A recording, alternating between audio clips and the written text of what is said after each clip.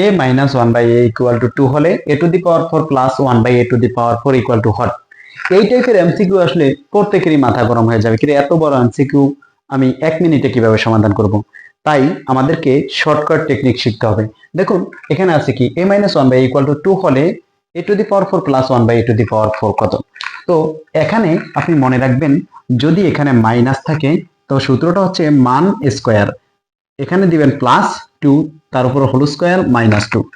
মান স্কোয়ার সূত্রটা কি, মান স্কোয়ার, এখানে যদি মাইনাস থাকে তাহলে আপনি কি করবেন, মান স্কোয়ার প্লাস টু তার উপর হোল স্কোয়ার মাইনাস টু। তো এখানে আমরা এবার মানটা বসাই, মান কত, টু, টু এর উপরে স্কোয়ার প্লাস টু তার উপরে হোল স্কোয়ার মাইনাস টু। দেখুন কি করেছি, এখানে মান কত, টু, টু এর উপরে স্কোয়ার প্লাস টু তারপর হোল স্কোয়ার মাইনাস টু। এবার দেখুন টু এর উপরে স্কোয়ার করলে কত হয়, ফোর প্লাস টু তার উপরে কি whole square minus two. Two এর উপরে স্কোয়ার করলে ফোর প্লাস প্লাস টু এর টু তারপর হোল স্কোয়ার মাইনাস টু।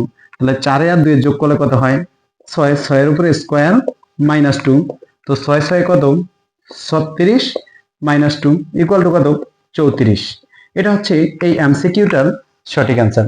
দেখুন আমরা কি করেছি, জাস্ট এখানে যদি আপনি মাইনাস থাকে, এখানে যদি মাইনাস থাকে জাস্ট আপনি এখানে প্লাস লিখবেন, মান স্কোয়ার প্লাস টু তারপর হোল স্কোয়ার মাইনাস টু।